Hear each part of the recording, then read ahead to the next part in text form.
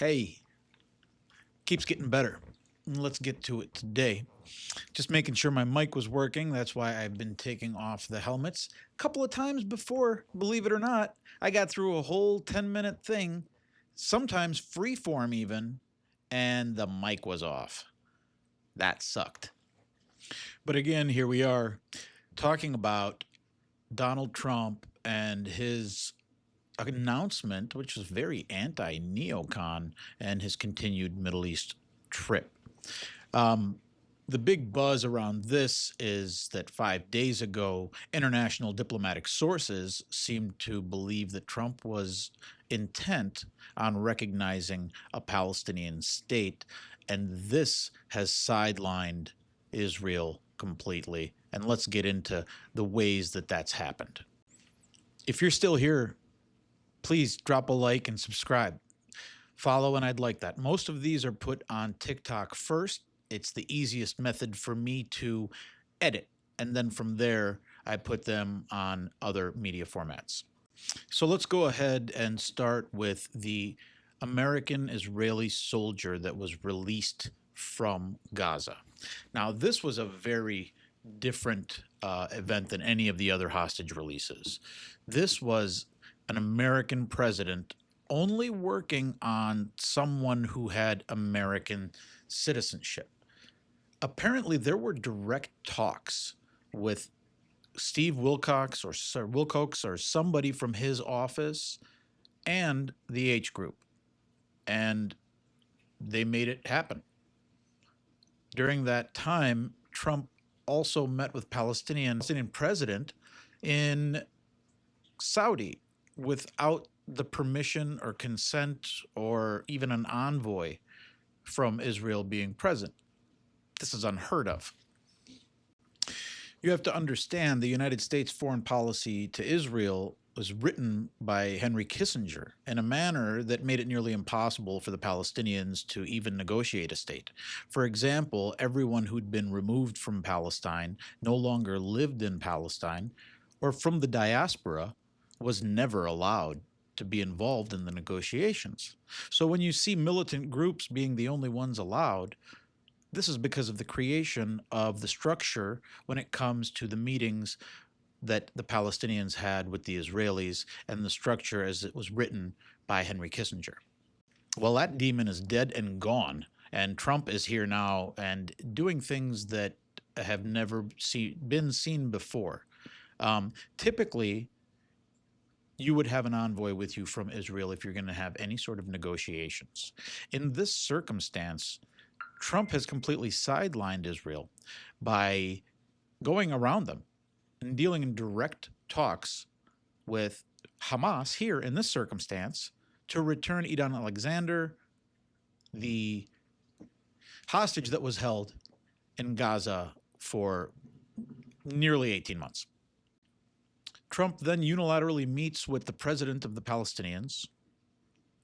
Nobody knows what they discussed.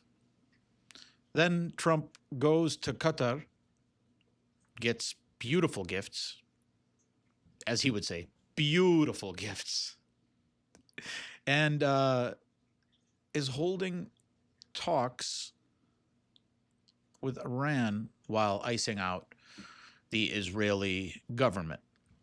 There's lots of reasons for this right now. I think the Israeli government is getting increasingly isolated. Most of the world at this point is struggling to defend, and now they're turning.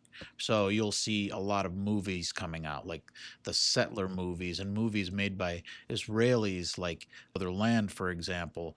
Palestinian poets being recognized, much to the chagrin of the boomers and Zionists. And they're just being told, shut up, essentially. He has so sidelined Israel that Huckabee, I don't know if you know Mike Huckabee, he's the ambassador to Israel and the current bastard child of Satan. He also had no idea Trump had been talking about this with international sources. So you have your ideological wing completely separated from your capitalist wing here, with Steve Wilcox, who's a Jewish American, just going forward and icing out Netanyahu as if he doesn't even matter. And Netanyahu is being very, very silent on the matter. That's curious. The best part about this is some former Democratic presidential aides are shocked at how fast Trump is moving, which just goes to show you how feckless Biden was. What a dirtball he was. People are awed and astonished by this, when in reality, he's doing what he wants, and Americans are letting him. I don't know that they would have for Biden. Like I said, he very weak, who basically took this country to the brink of World War III. We're still there. But this foreign policy is something that the United States has never seen before.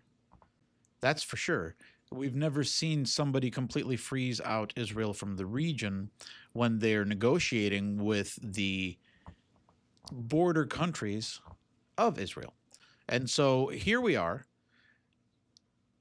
all of a sudden in a pool, we don't know how deep it is. No clue where we're going. I say this because it's curious. He has completely marginalized Israel without helping Gaza at all. He's saying the people of Gaza are starving. We're going to take care of them. But it's bizarre. He is allowing Netanyahu to continue to murder people while backing away.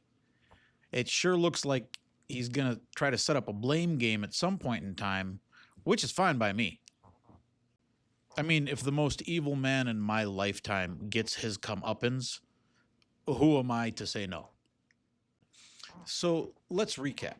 It appears that Donald Trump and Steve Wilcox have purposefully isolated Israel, distanced themselves from Netanyahu, and have gone around him for the purposes of negotiations with all other countries.